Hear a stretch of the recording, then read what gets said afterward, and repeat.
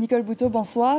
Bonsoir. Merci d'avoir accepté notre invitation ce soir. Alors, ce salon a été mis en place pour compenser la basse saison, mais finalement, on l'a entendu, si la compagnie aérienne Interrail ne joue pas le jeu en mettant en place plus de disponibilité sur cette période, est-ce que c'est un problème que vous allez tenter de résoudre pour le mois de septembre? Alors, je voudrais rappeler d'abord que ce salon a été mis en place à un moment où notre industrie touristique était au plus mal. L'idée était vraiment de proposer aux Polynésiens, aux résidents, d'aller découvrir nos îles plutôt que d'aller à l'extérieur. Donc c'est vraiment le salon du tourisme d'intérieur et c'est toujours cette vocation. Alors oui, c'est une problématique que nous avons identifiée, effectivement. On le voit dès le premier jour, dès le deuxième jour, Air Tahiti est prise d'assaut. Le premier jour, je crois qu'il y avait 2 heures de file d'attente pour pouvoir accéder au guichet. Il faut rappeler que ce salon ne pourrait pas exister sans ce partenaire important qu'est Air Tahiti. Et effectivement, les îles les plus impactés sont les archipels et les îles où il y a le moins de rotation hebdomadaire. Donc, c'est une difficulté que nous avons identifiée et nous allons bien évidemment dresser le bilan avec Air Tahiti pour pouvoir préparer la prochaine édition de septembre. Vous êtes satisfaite tout de même de cette édition? Satisfaite, oui. On ressent une vraie dynamique, beaucoup plus d'exposants que les éditions précédentes. Ce que j'ai noté, ce qui m'enthousiasme pour ma part, c'est que je vois de plus en plus de jeunes Polynésiens se lancer dans des activités. Un couple sur Mahina qui est parti se former 8 mois en métropole pour pouvoir être moniteur de kitesurf. Des jeunes de Taha qui se lancent dans de la location de vélos électriques. D'autres jeunes à Mataya sur la Veihiria pour proposer du quad. Donc vraiment, il y a une vraie dynamique. Et on a battu un record cette année puisque j'ai les chiffres de la fréquentation de ce salon. Nous avons accueilli plus de 21 000 visiteurs à ce 22e salon du tourisme d'intérieur. Au-delà du salon, le tourisme reste la première industrie du pays. Plus de 220 000 visiteurs ont été accueillis l'année dernière. Cela pourrait peut-être augmenter encore cette année. Mais en attendant, la capacité d'accueil, elle, n'a toujours pas augmenté.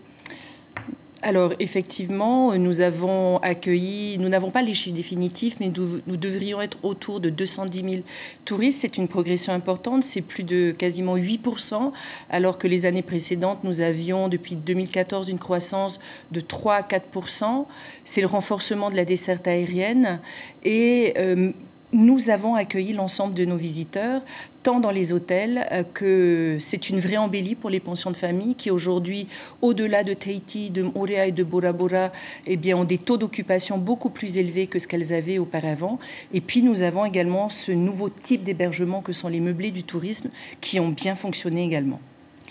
La Polynésie est beaucoup plus plébiscitée par les Américains. Vous tentez de conquérir ou de reconquérir le marché japonais dont la fréquentation était très en baisse en 2018. Quels seront vos plans d'action pour conquérir cette clientèle ? Alors, nos marchés très dynamiques sur 2018, c'est l'Europe, la France et effectivement les États-Unis. Nous avons une baisse effectivement sur 2018 relativement importante sur le marché japonais. Vous savez que nous nous sommes mobilisés en fin d'année dernière puisqu'une importante délégation de professionnels polynésiens, hôteliers, agences de voyage, Air Tahiti Nui, Air Tahiti, nous nous sommes déplacés pour aller à la rencontre de l'ensemble des tours opérateurs qui vendent notre destination pour comprendre ce phénomène. Alors, c'est une concurrence également à laquelle nous devons faire face. C'était également le programme de vol d'Air Tahiti Nui qui ne correspondait peut-être pas aussi aux attentes des voyageurs japonais. Donc ce plan d'action s'est concrétisé par une mobilisation des plans tactiques, des campagnes tactiques qui ont été mises en place avec les professionnels donc pour proposer des packages intéressants, avions, hôtels, mais également l'hébergement globalement. Et puis Tahiti Tourisme renforce sa présence. Nous avons redéployé les budgets pour augmenter celui du Japon.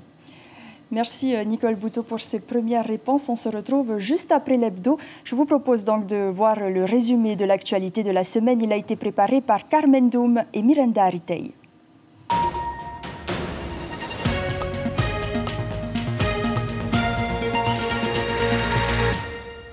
Vous êtes en train de tuer la rivière. Seul contre tous, le représentant de la mairie n'a pas réussi à convaincre de la nécessité de sécuriser les rives. Et je sais que les populations, dès qu'il pleut beaucoup, ils ont peur. Et vivre dans la peur, ça ne doit pas être commode. Rien à faire, les riverains comme les associations de défense de l'environnement ne veulent pas du projet d'enrochement des berges à la rivière Taharu. Je crois qu'il faudra plusieurs décennies avant que les gens acceptent qu'il faut améliorer les berges, il faut les protéger. Ici, la rivière est quasiment au niveau de la route. Ils craignent pour leur sécurité et demandent que le terrain soit remis à niveau.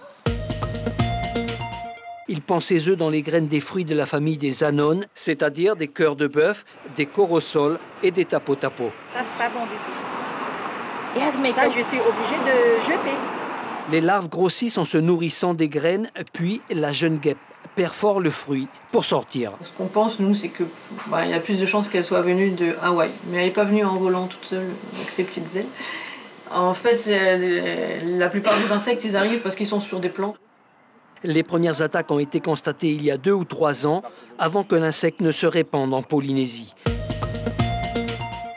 Les gendarmes traquent les 2 roues modifiées dans la cylindrée et la vitesse sont augmentées. Là, on arrive sur un délit. Et là, c'est le procureur de la République qui va décider de la sanction. Cylindre, piston, carburateur et échappement, voilà les éléments essentiels qui sont changés.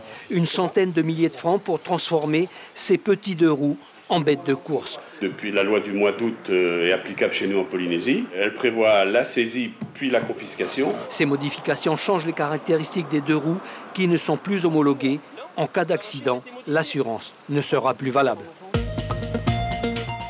L'arrivée des gendarmes hier après-midi a surpris tout le monde. Et puis j'ai vu tout ça, ils ont, comment on dit, une perquisition dans la maison. Et quand j'ai vu tout ça, j'ai dit, il y a même des choses que moi j'ai jamais vues avec ma tante. On nous a posé comme ça devant un plastique comme ça où il y a plein de comme ça. On dit, ah, on savait pas du tout. J'ai vu qu'il y avait une grande caisse, peut-être avec tous les médicaments, peut-être. C'est le 2e laboratoire clandestin d'Ice démantelé à Taotira en moins d'1 mois. Hier, les gendarmes se sont livrés à une opération d'envergure qui a conduit à cette interpellation. Nicole Bouteau, vous avez été ministre de l'Environnement entre 2001 et 2002. Si vous l'étiez encore aujourd'hui, qu'est-ce que vous répondrez à ces riverains qui sont contre l'extraction de la rivière de la Taharou? Or, je pense que de toute manière, il faut être à l'écoute. Je pense que c'est important. Aujourd'hui, il y a une vraie préoccupation. On l'a vu, les intempéries de ces dernières années impactent de plus en plus nos rivières, notamment.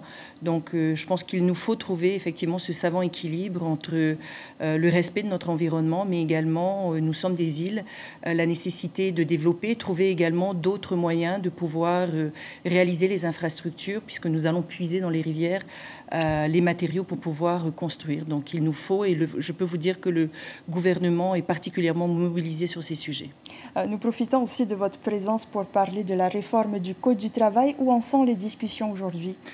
Alors, très bientôt, nous serons en tripartite avec l'ensemble des partenaires sociaux pour évoquer effectivement les prochaines évolutions, parler également de la protection de l'emploi local. Donc, ce sera courant mars. Et vous allez réussir à trouver un consensus entre le patronat qui demande plus de flexibilité pour l'embauche des CDD, de l'autre côté, les syndicats de travailleurs qui souhaitent une sécurité de l'emploi.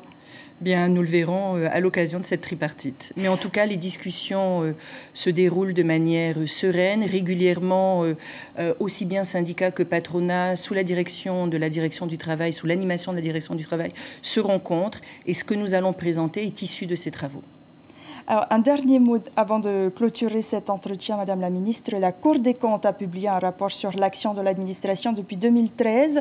La Haute Chambre dénonce des économies déguisées au sein des ministères. Cela ne concerne pas votre ministère précisément, mais elle dénonce que les dépenses des cabinets ministériels se sont maintenues à un niveau supérieur à 1 milliard de francs en faisant appel à des prestataires. Est-ce que c'est le cas pour le vôtre? Alors, je voulais vous dire d'abord que nous sommes bien loin des dépenses de 2004, mais vraiment très très loin, et que la loi, notre statut qui a été modifié en 2011 nous a contraints effectivement à gérer nos cabinets à une enveloppe contrainte.